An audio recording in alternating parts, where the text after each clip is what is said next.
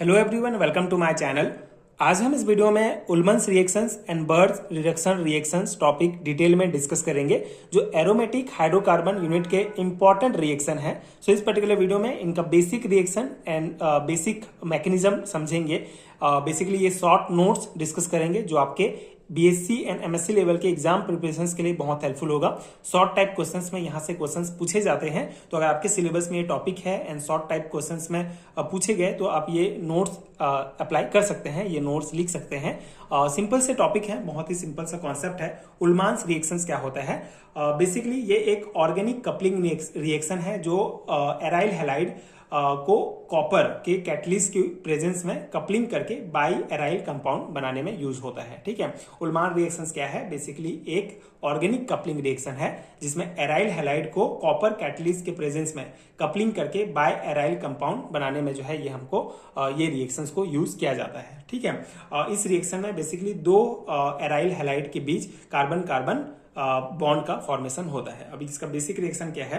When iodobenzene is heated with copper powder at 200 degree Celsius in a sealed tube, diphenyl is obtain. ठीक है, जब iodobenzene को copper powder की उपस्थिति में कॉपर जो है एज अ कैटलिस्ट यहाँ पे यूज होगा की उपस्थिति में 200 डिग्री सेल्सियस पर अगर हम सील्ड ट्यूब में इसको गर्म करते हैं तो हमको डाइफिनाइल प्राप्त होता है। ठीक है, अगर हम इसका बेसिक मैकेनिज्म समझना चाहें, जो कॉपर कैटलिस्ट के प्रेजेंस में एक एराइल हैलाइड, ठीक है, तो एराइल हैलाइड क्या होता है? Basically aromatic compound with halogens group. ठीक है, तो जब कॉपर कैटलिस्ट के प्रेजेंस में एराइल हैलाइड अपने हेलोजन एटम को, ठीक है, अपने हेलोजन एटम को कॉपर के साथ बॉन्ड बनाकर ब्रेक करता है। ठीक है, फिर दोनों जो फिनाइल रिंग्स होते हैं, सेम रिएक्शन इधर भी होगा यहाँ भी होगा, मतलब एक एराइल हैलाइड कॉपर के साथ जो है बॉन्ड बनाकर बॉन्ड को ब्रेक करेगा। फिर उसके बाद दोनों जो फिनाइल रिंग्स होते हैं, ठीक है, ये आपस में कार्बन कार्बन बॉन्ड फॉर्मेशन करते हैं। ठीक है, इन the presence of copper powder. ठीक है, यहाँ पे कॉपर पाउडर को 200 डिग्री सेल्सियस पर जो है सील ट्यूब में ये पूरा रिएक्शन हो रहा है। तो इस प्रकार से फिर हमारा डाइफिनाइल होगा, मतलब कार्बन कार्बन बॉन्ड फॉर्मेशन होगा, दोनों फिनाइल रिंग्स आपस में जुड़ जाएंगे और इस प्रकार से डाइफिनाइल बनेगा। साथ ही साथ हमको CO2 कॉपर आयोडाइड भी प्राप्त होता है। ठीक है, तो इस प्रकार से ये बेसिक सा रिएक्शन है। ठीक है, जब आयोडोबेंजीन को कॉपर पाउडर की उपस्थिति में, ठीक है, कॉपर पाउडर के साथ जब 200 डिग्री सेल्सियस पर सील ट्यूब में रिएक्शन कराया जाता है तो हमको डाइफिनाइल प्राप्त होता है। ये सिंपल सा रिएक्शन है, उल्मान रिएक्शन। ठीक है, सेकेंड रिएक्शन है हमारा बर्च रिडक्शन रिएक्शन।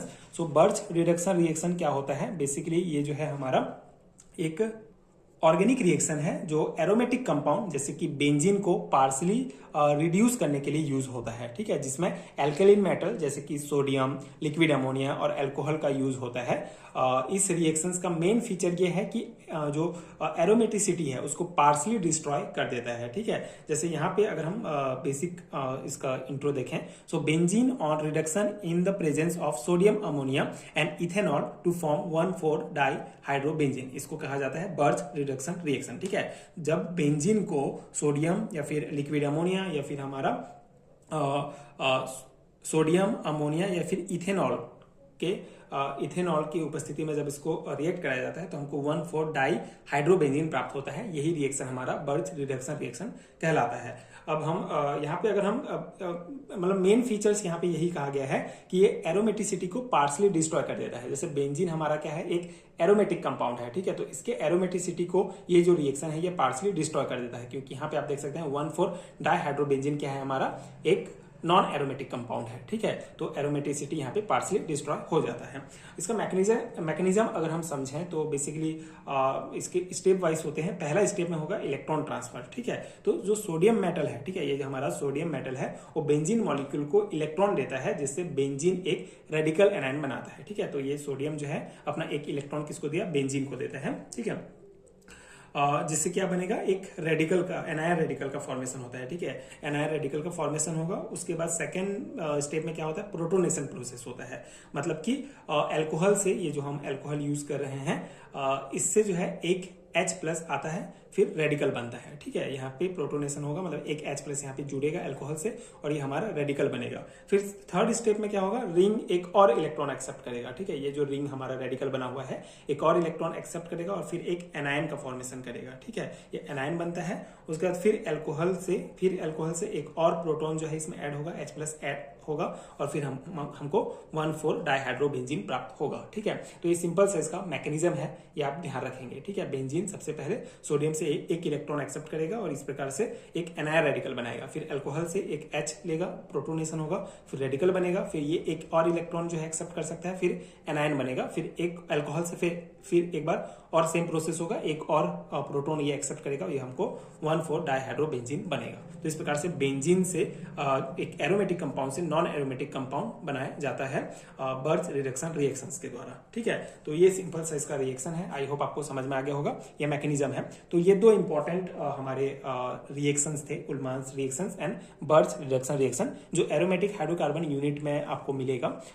सो यहाँ पे हम एरोमेटिक हाइड्रोकार्बन यूनिट के टॉपिक्स डिस्कस कर रहे हैं। उसके प्लेलिस्ट का लिंक आपको नीचे डिस्क्रिप्शन बॉक्स में मिल जाएगा एंड अगर आपको नोट चाहिए कंप्लीट यूनिट का तो उसका भी लिंक आपको मिल जाएगा टॉपिक वाइज। वहाँ पे आपको PDF फॉर्म में नोट्स मिल जाएगा जो डेफिनेटली आपके एग्जाम प्रिपरेशंस के लिए बहुत हेल्पफुल होगा।